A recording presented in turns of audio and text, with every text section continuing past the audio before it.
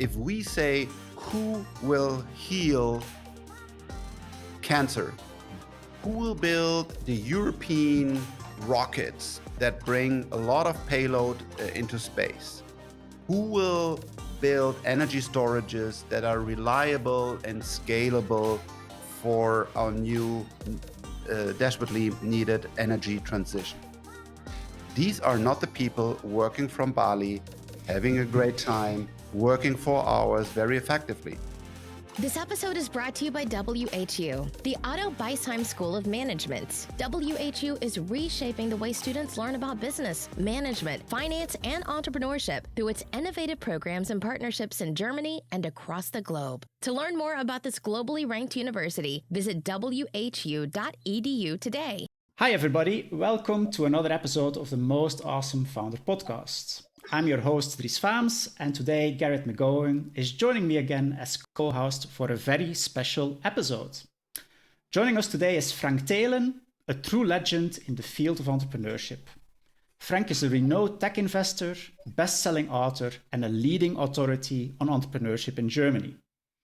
In this episode, we explore with Frank the transformative power of artificial intelligence and how it's revolutionizing the startup landscape. So without further ado, let's jump right in to this captivating conversation with Frank Thelen about the bright and dark side of AI for entrepreneurship.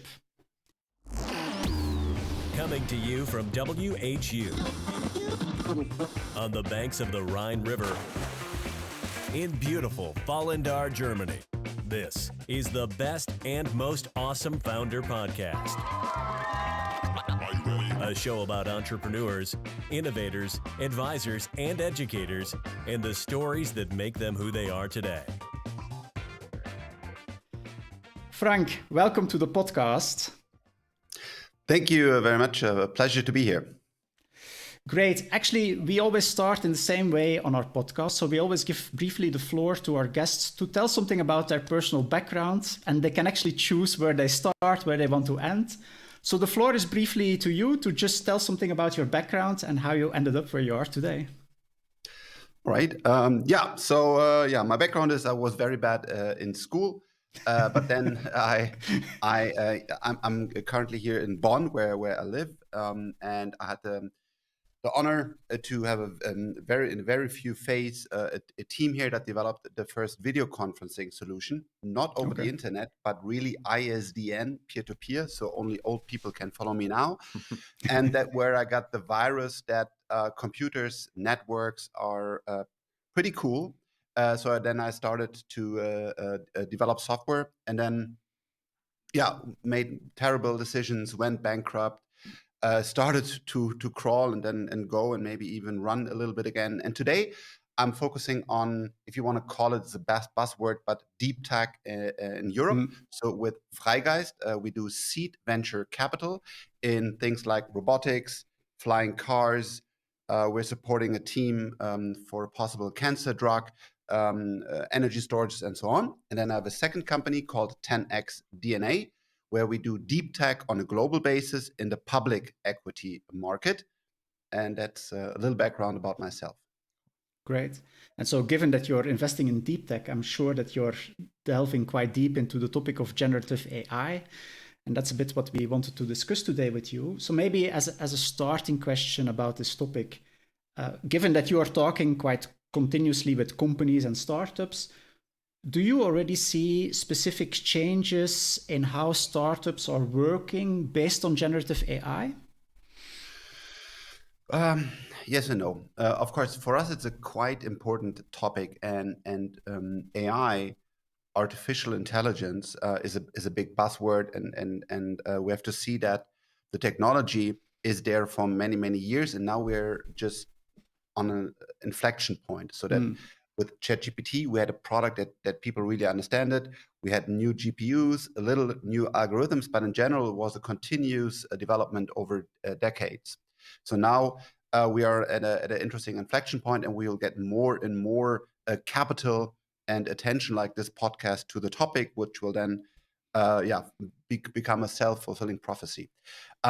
So yes, I see things are changing, and with ChatGPT and the API, startups are integrating that to be more effective. Currently, it's of course very strong in text. So, for example, for search engine optimization, it's quite good for automating tasks.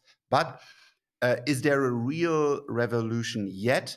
No, because it optimizes some of the things in a very good way, also for us. But it's not like we have this new breakthrough, a startup that is really deep tech. But many existing startups utilize the API and then making some dust around it for the investors and say we are an AI startup now, which is okay. It's the market. But yeah, it's not like, especially in Europe, that we see true AI happening. Yeah. So it's an interesting point that you make, Frank, about, what is an AI startup?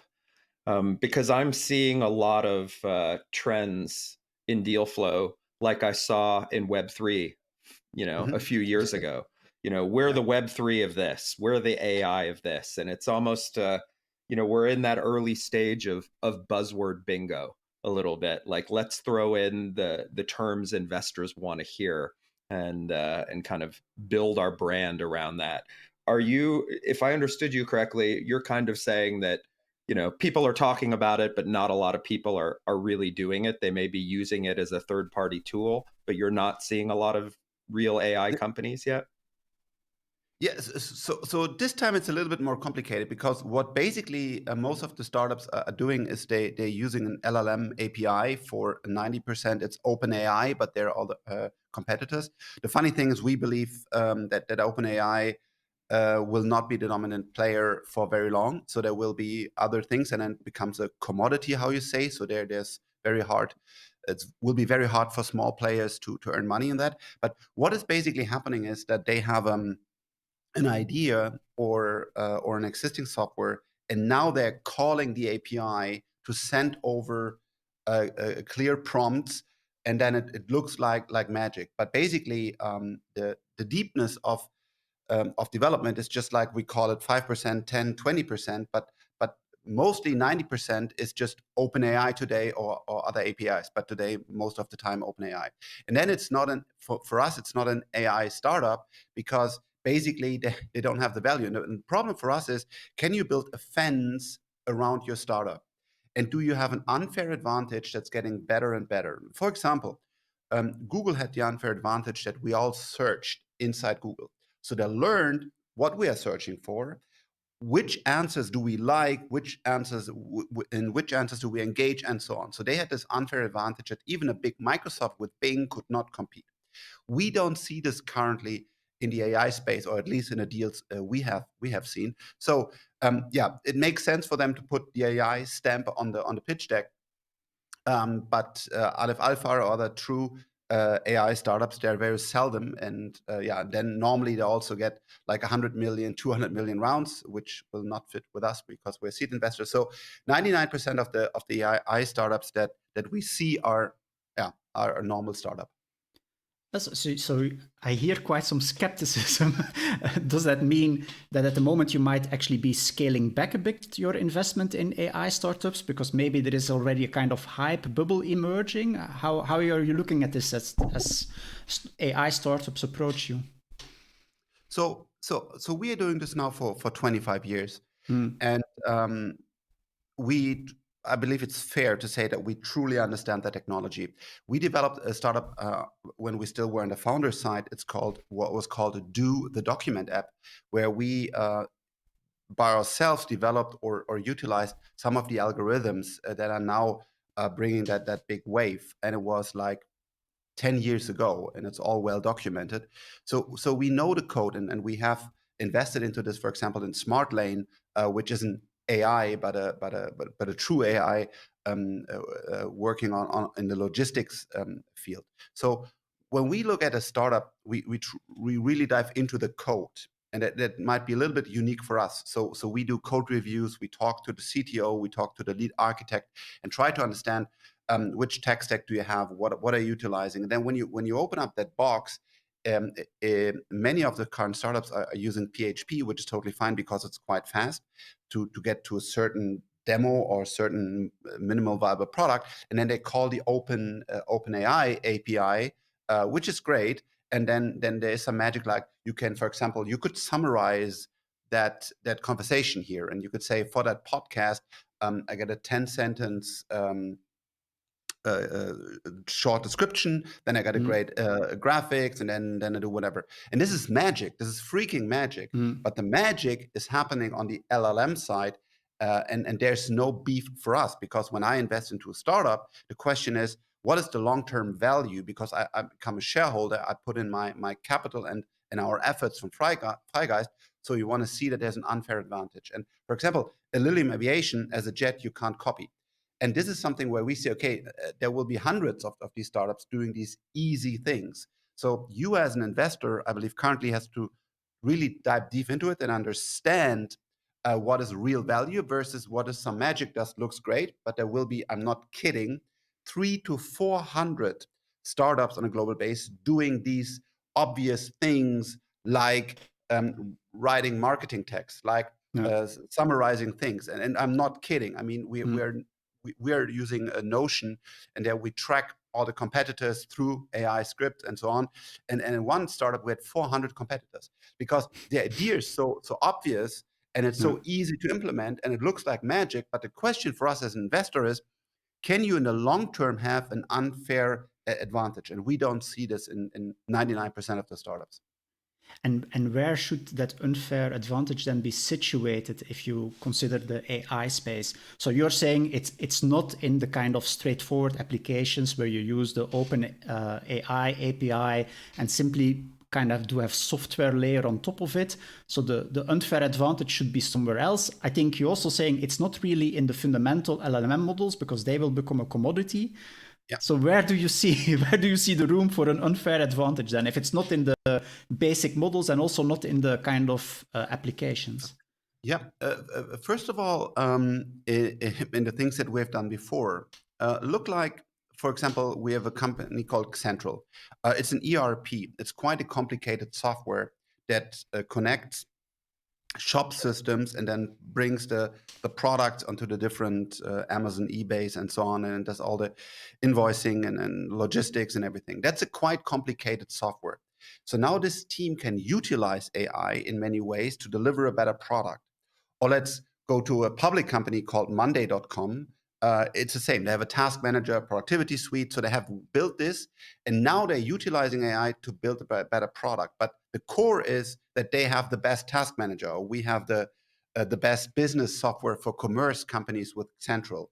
So it's basically kind of the same. And AI is just like you had to move to the cloud, or you had to offer a mobile app to not fall behind, and that's kind of the same. So it's the same question that we have: is the core business something special? And then they're utilizing AI to write code, to design screens, to offer better functionality for their customers. But it's not about AI in the focus. There are also, by the way, there are AI companies that are really doing the hard work in the research development.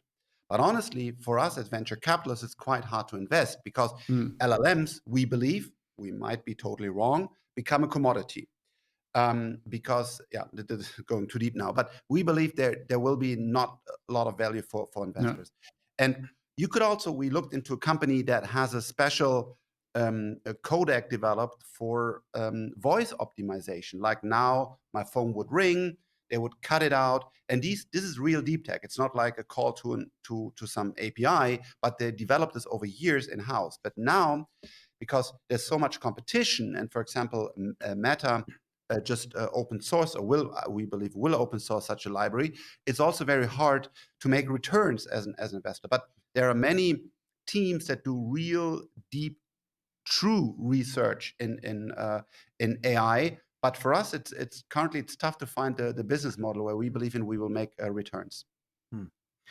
I'd like to flip the script and ask you this from a different perspective, because in our last episode we had Andre Retera from Early Bird on, and talking about how technologies like this are going to transform your industry on the investor side.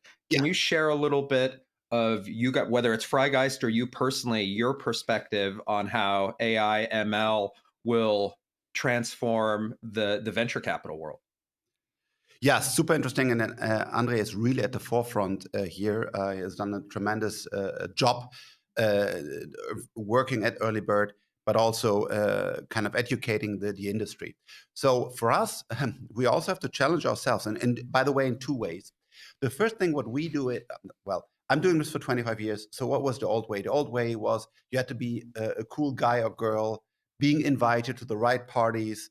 Sometimes we bragged about, hey, I was in this big yacht and there were all the hot deals and I got into that deal. And so, and this is basically over because it's about data now. It's about understanding how you can get the data from the seed stage or Series A, wherever you invest data globally from very different sources, and then understanding it so that you say, because there's too much data and you have a system that basically bubbles up and say, you should look at this company, you can ignore these 10,000 companies.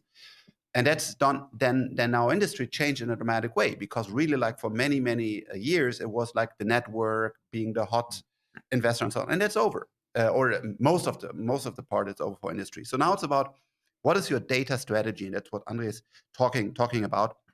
And how do you do the software? And then the challenge is, we are a seed fund.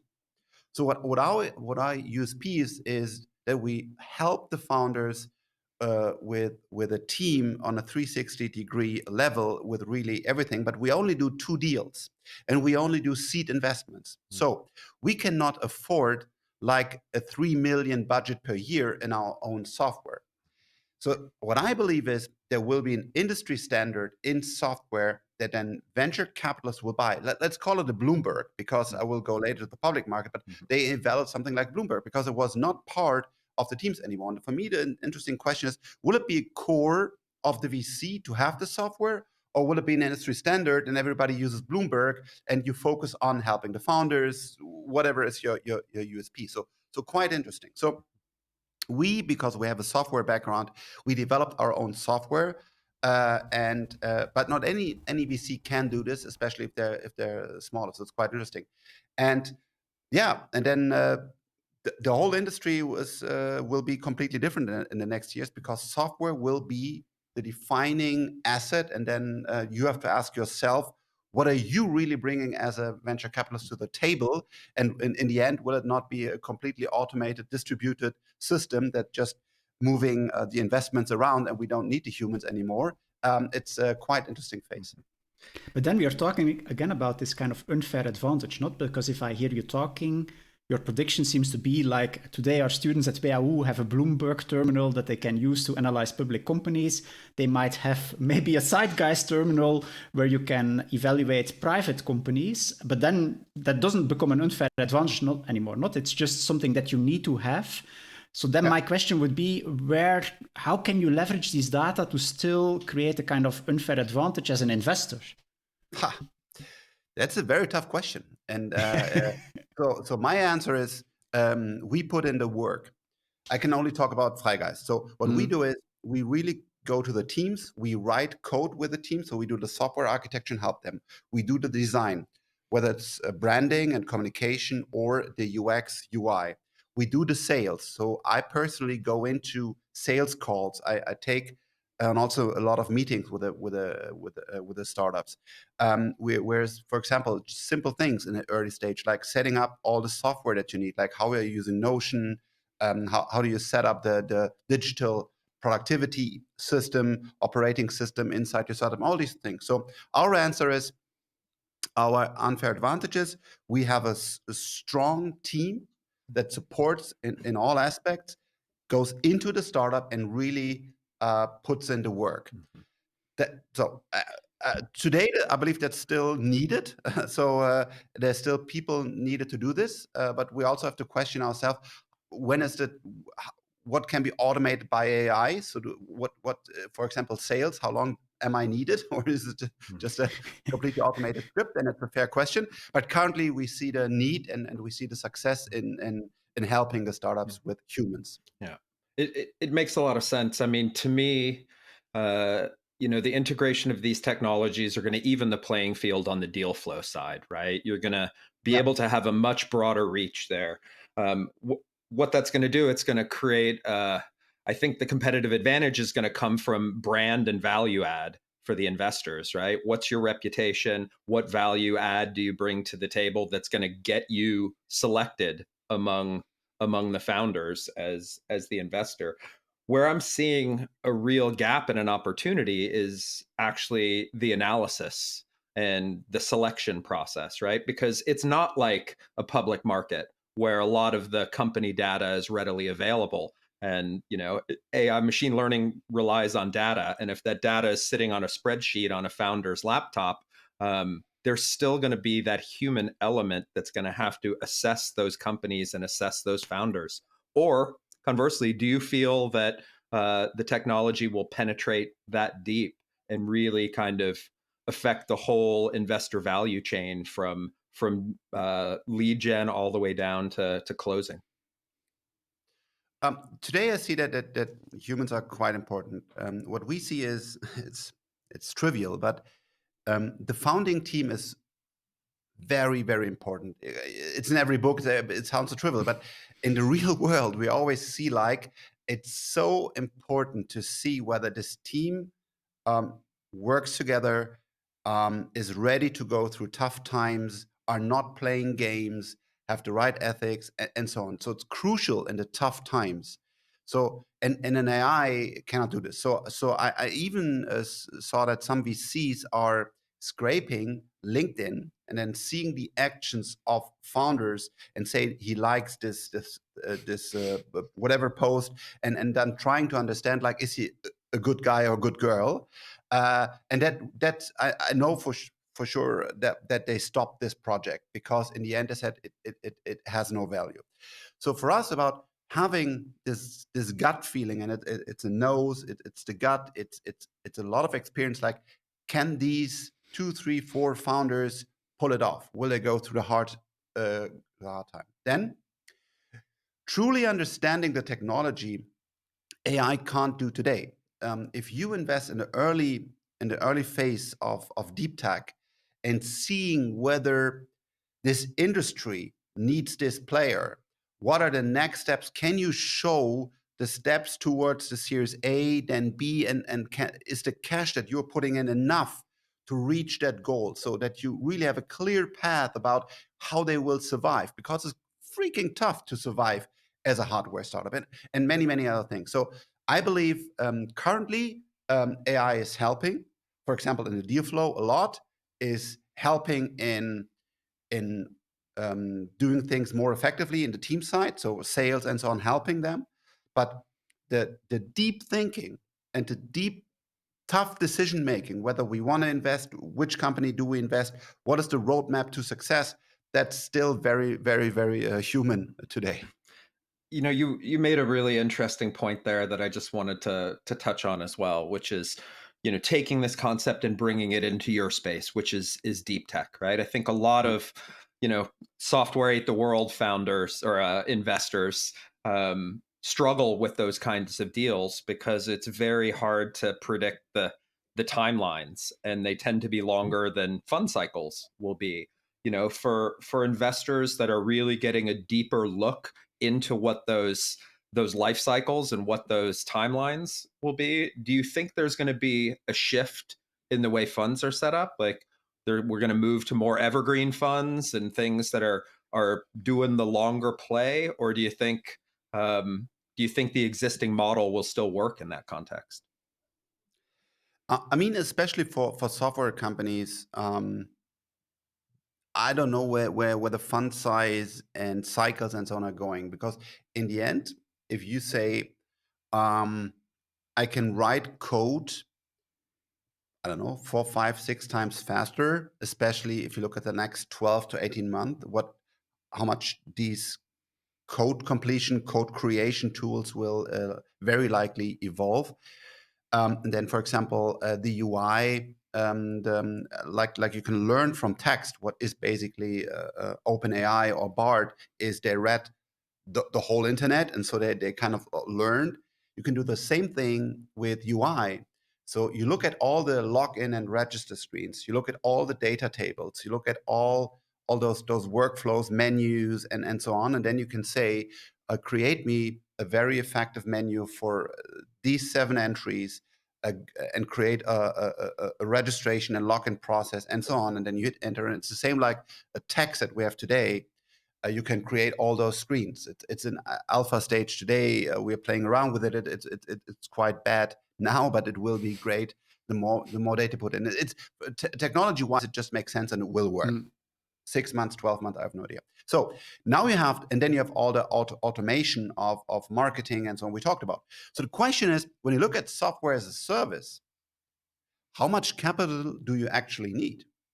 And is there still room for let's say a Tiger Global putting in like 100, 200, 300 million and in all those software service need companies that look like they will be a success? Or are you writing very small checks? Because basically these startups should come into positive cash flow quite fast, because the idea now they can execute so fast and so effectively at a tenth or even lower cost part. So I have no clue where this is going, but I believe big funds for software as a service, currently I don't see them in the future. When you look at hardware, it's a completely different game.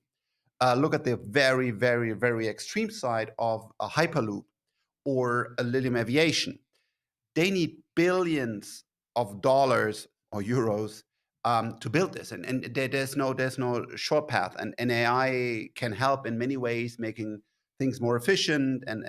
But in the end, it takes time to build a Hyperloop or a plane. So there you have a lot of capital need. But in software as a service, I don't know. Okay, maybe also I want to briefly touch a bit, because you did recently at the OMR festival a nice presentation about AI, where you actually also spent quite some time on the dark side of AI and the need for regulation, where you were kind of making a strong claim that Europe needs to think about how will we regulate this industry. Now, I think if you look at the regulation in Europe, it's quite focused on we will embrace AI, but it always needs to respect kind of the freedoms and responsibilities of our citizens. Do you have an opinion about how regulation in Europe regarding AI is moving forward? Do you think it's moving in the right direction, or do you see significant challenges? First of all, I need to work on my keynote. Because if the takeaway from you is that I want regulation in Europe, I did a bad job. So I will hopefully do better next time.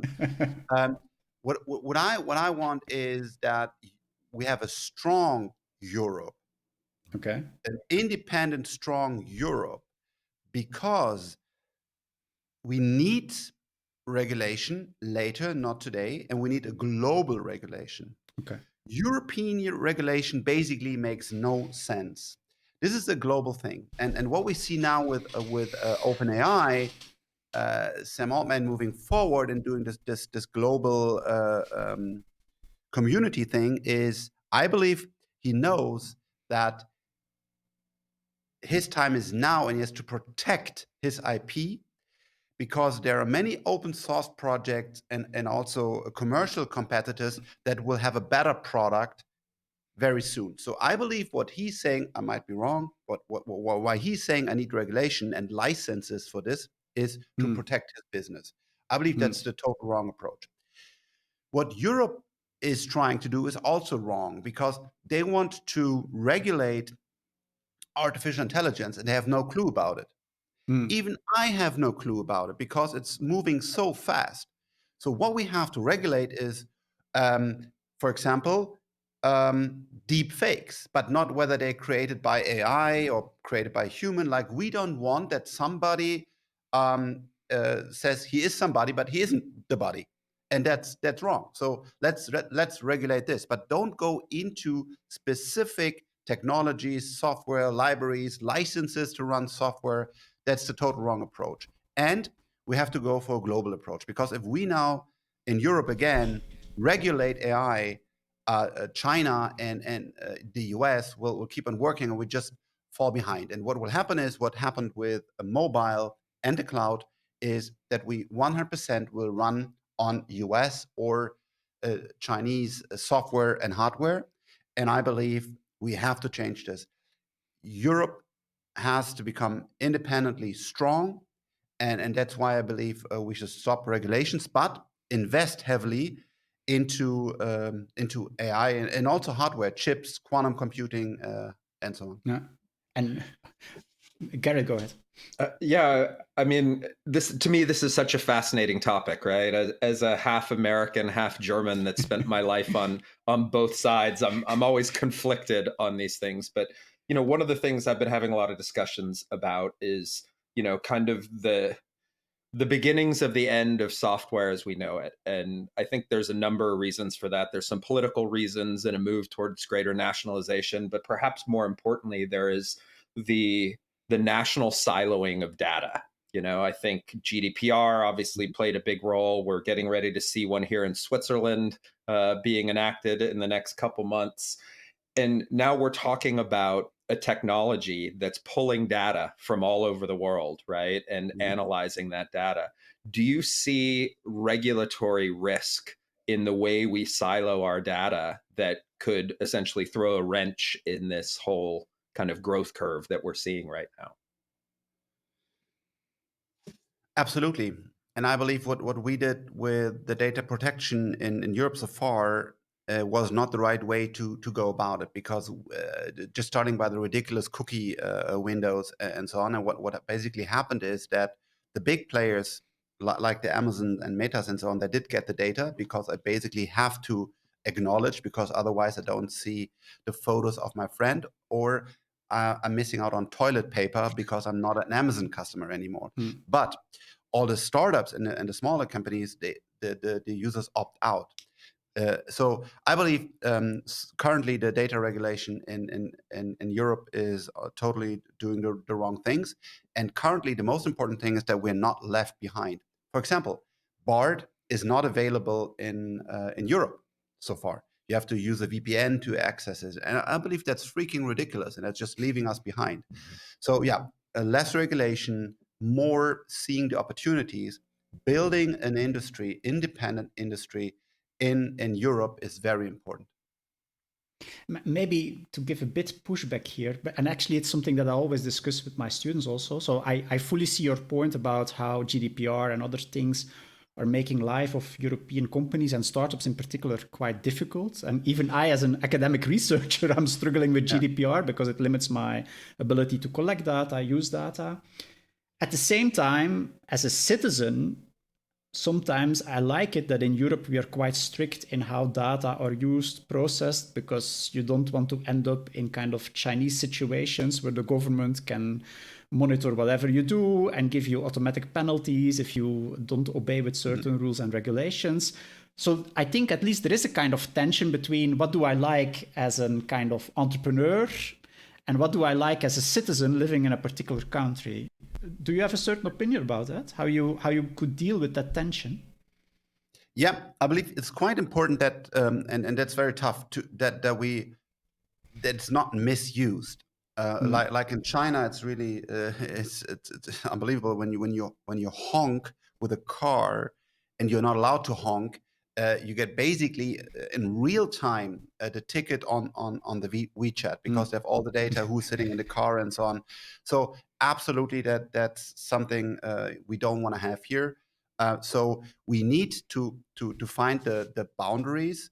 And I believe what we need to do is to have an opt-out, so that people can actively say, I don't want them to use. But the default is that the big guys, and importantly the small guys, can use data. Because yes, we don't want to have that full control over us.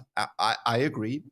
But on the other hand, we also want to have better cities. So we want to monitor our traffic and route it in a better way. We want to know how we can optimize the heating of our buildings. We know, I want to know when I'm likely to get a heart attack, and these are all things. Yeah, yeah. Look at COVID. People died because of paper trails. And it was ridiculous because I'm not kidding. I mean, I had COVID 3 or 4 times.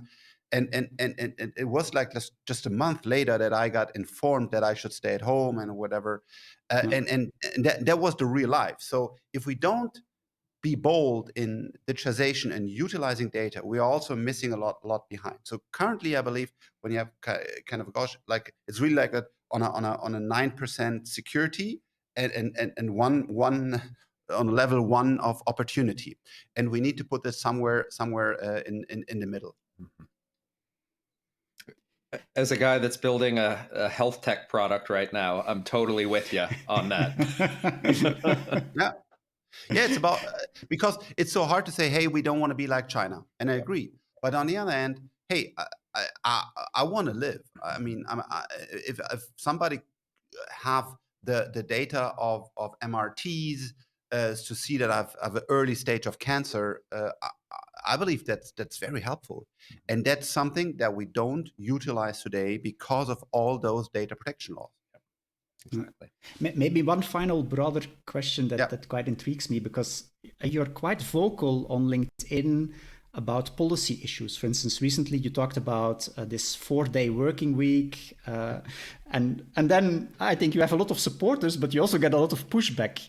And then I'm wondering, like, why does Frank want to do this? Why does he want to post LinkedIn and get all this shit on LinkedIn or whatever social media channel? You could also choose to just remain silent and do your job as an investor. Why do you do that? Oh, that's a very interesting topic, yes, some people really ask me, good friends and also friends that are even more in the kind of in the public than me, and say, Frank, why are you still doing this? And the answer is somebody has to, because when I talk to friends and other entrepreneurs and other people who make really important decisions because they're high quality politicians or they're running public big companies with a lot of employees, they say, I can't say that. I believe it would be important to say that, but I can't say that. And I'm free. So I got shitstorms. And by the way, in the last 2 or 3 years, when we had a very heated election here in Germany, this was getting out of control, I have to say. Okay. Like really on Twitter, I was trending #1 for weeks and weeks, and people are really did step over the line, I would say. But then there was a certain time where I said, okay, that's too much. But then I reflected and say, okay, if I now go back and I don't say what I believe is right for Germany, what is right for Europe, or what's right for the world. For example, I talked about fusion energy and other things, and I believe that's the wrong result. So, and I have the big luxury to be financially independent. So, and to be not a politician, and also not running a public company like a Deutsche Telekom or Lufthansa or whatever. So yeah, I will raise my voice. I will get many shitstorms. People will hate me. People are loving me. I also got a lot of positive feedback and really people that are very enthusiastic about it and say you are so your voice of reason, they say of reason, is so important, and also free speech. I mean, I'm also very vocal about that. That I really admire what Elon Musk is doing, and he's pro free speech. And when I wrote about, for example, the LGBTQ plus thing, that I say it's important that everybody can live his life that he wants to, but maybe it's getting a little bit too much now with all those flags and so on. Then many people wrote me like, great that you say it, but are you insane? You can't say stuff like this. And then I said, I'm serious, this is getting too far, because I hope I did find the right tone. I hope that my view is reasonable. And why are then people sending me private DMs and WhatsApps and say, Frank, great, really great, but wow. And I said, huh? I just and that's important that we have the free speech is not always being compliant with something, but really listen to other opinions, and having a reasonable, with the right voice and tone discussion. And we have been close to losing that. For example, COVID again. If somebody said, I don't agree to, I believe COVID is no problem, which I believe would be stupid maybe, but you didn't even listen to them. They would just say that's a Nazi. And it's important that we on the left and on the right, within the law, that everybody can voice his opinion. And that's quite important for me. That's with all the shitstorms, I'm currently the plan is to keep on communicating. I'm afraid the world has lost its sense of nuance. So no matter how well we try to kind of explain the nuances of our positions, people love to take sound bites and focus on that. So that's always the risk of speaking to the broadly to the masses. But I want to go back to Dries's comment, because you do talk about a few topics that are near and dear to my heart. For example, these concepts around 4-day work week or universal basic income, things of those sorts that have I think they could be taken as having a philosophical or political angle, or they could be taken to have a utilitarian angle. I spend a lot of time working with founders talking about well-being and balance, not because that's just my ethos, because I believe that makes better founders and better companies. When you're talking about topics such as this, is there a utility rationale behind it, or is this just kind of your politics and your philosophy? Well, I hope not politics, but philosophy. So, for example, like let's take the part like hard work. Whether should there be a work-life balance? Should we have more yoga retreats? Should we have worktations? Should people work out of the pool? And I'm building companies for, I don't know, getting old, 30 years. And I'm doing that here with my very close team, like Alex Koch and Mark Zuckerberg. And we have a certain experience about what works and doesn't work. And we don't believe in this 4-day remote Bali. And it's great if people can make their living. And I'm totally not against this. So that's great. Enjoy life, quite important for you. Do whatever you like. But if we say, who will heal cancer? Who will build the European rockets that bring a lot of payload into space? Who will build energy storages that are reliable and scalable for our new desperately needed energy transition? These are not the people working from Bali, having a great time, working 4 hours very effectively. And it's fine. And they can do that. But again, not politically, but this is bullshit. I mean, and people are telling me, and also when you say, hey, found a company that's so cool. No, it's not cool. It's like eating glass. And that's why. And I don't say anybody should found a company, and everybody should work like I did. I'm also not working that hard anymore. Like I did. Really, there were no vacation. It's just the right way to go. Mostly likely not. But if you want to achieve it, if you want to really be excellent, and you want to be faster than all the competitors out of the US, out of China, and you want to be the winner in a certain market that has a certain importance, it's fucking hard. It's and fucking look hard. And it's not, and I believe it's wrong that we give this impression like, yeah, you can do worktations and you can work out of here, and if you're surfing, you're also thinking. If you go for 1 hour surf, that's good, but it can't be the half of the day. Right. I'm sorry, and that's just the truth that I want to communicate. And of course, I got a lot of backslash and people saying, yeah, that's bad, and that's fine, and they have a different opinion, and that's good. Fine. Yeah. Great Okay, point. Frank.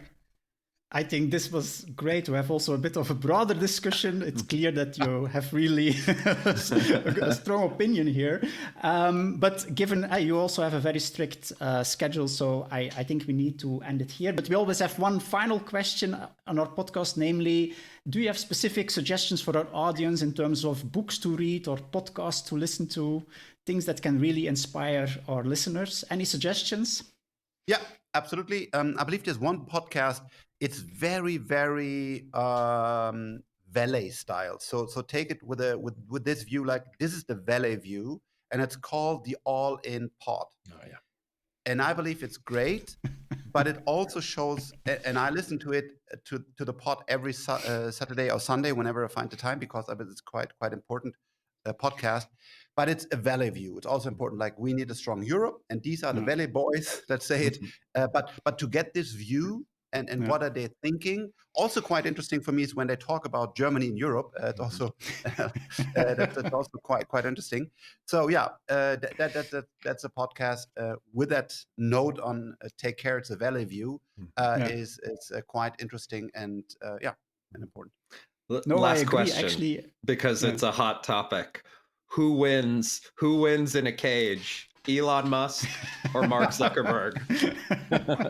I truly, truly hope nobody. No. It's a fucking dumb idea, because these are both important people building important stuff, especially Elon.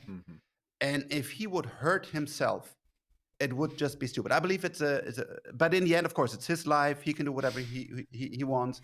And yeah, if they will fight, of course, I will very, very hard try to join and get a ticket. But in the Colosseum, not in the Colosseum, apparently.